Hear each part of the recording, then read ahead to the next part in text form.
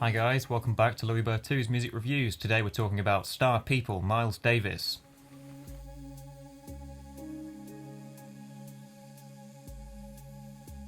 My god, I think that was the quickest intro I've ever done. This is actually the second review I'm doing today.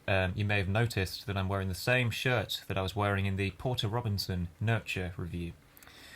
Although some effort has been made for visual difference, I've buttoned up the shirt this time, so yeah, you can be assured of aesthetic quality on this channel. So, Miles Davis's Star People, one of his more underknown, I guess, and underrated albums, I think, but one which I enjoy sometimes just as much as his 70s work. Some of his 70s work, I should say. Obviously, it's not in the same league as an album like Jack Johnson, but I enjoy it as much as Agata, or maybe even Bitches Brew, who knows. I've listened to a few of his 80s ones, Tutu, Decoy, and this certainly seems to be, Star People certainly seems to be a highlight within the decade for him. The other two aren't bad albums by any stretch, but I think on this one the improvisation is a little more fiery and exciting, and the sound I've returned to a lot more than those other two records.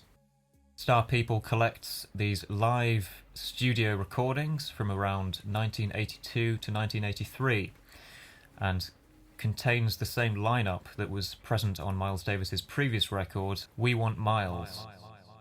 The only change here is the inclusion of guitarist John Scofield, who now plays against the existing guitarist Mike Stern, and Scofield certainly brings an added fire and angularity to the mix. Robert Christgau describes this album as being the band's record, and I would have to agree with him here. You know, it's not necessarily one where Miles Davis is too overbearing or, a strident force within the mix. Really, when I listen to Star People, I'm most compelled by the rhythm section. However, what I would say is a lot of Miles Davis's albums do feel like the band's album, if you know what I mean, in the sense that he was just such a good collaborator, and some of my favourite Miles Davis albums, the reason why I like them is almost not for Miles Davis's trumpeting itself, but for just the musicians he worked with. And obviously, the high-quality trumpeting does help, but overall it's musicians like Al Foster, Jack DeJohnette, or I can't think off the top of my head here, but other guys like that who I'm actually more interested in when I'm listening to these records.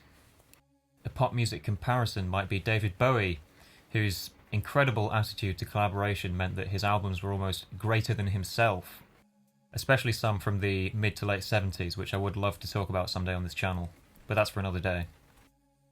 Star People opens up straight out of the bat with this great forward-moving groove, which is underpinned, I think, by a really deft and super thick-sounding bass riff from Marcus Miller, which just is grooving as hell.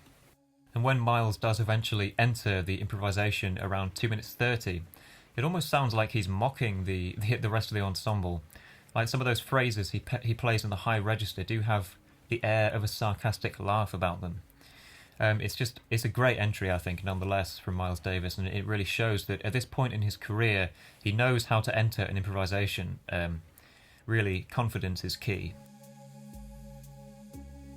It Gets Better, that's the name of the song, by the way, takes the pace down a little bit, and we're given what is the first of two long drawn-out blues numbers, the latter of which is the title track. But this one here, It Gets Better, it's amazing the way the groove just sounds like it's lolloping almost.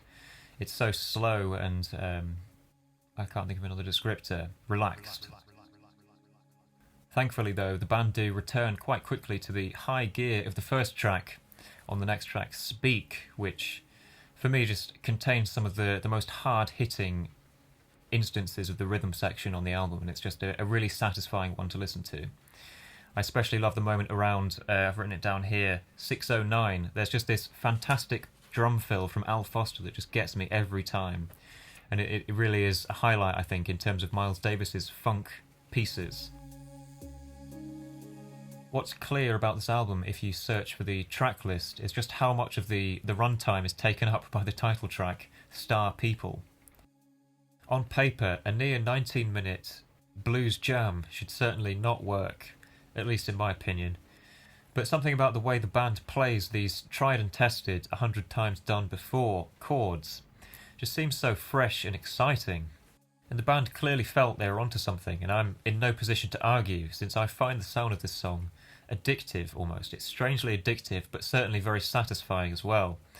And it packs bags of feeling and soul, I think, in every minute. Just listen to the interplay between the bass and the drums around 9 minutes in.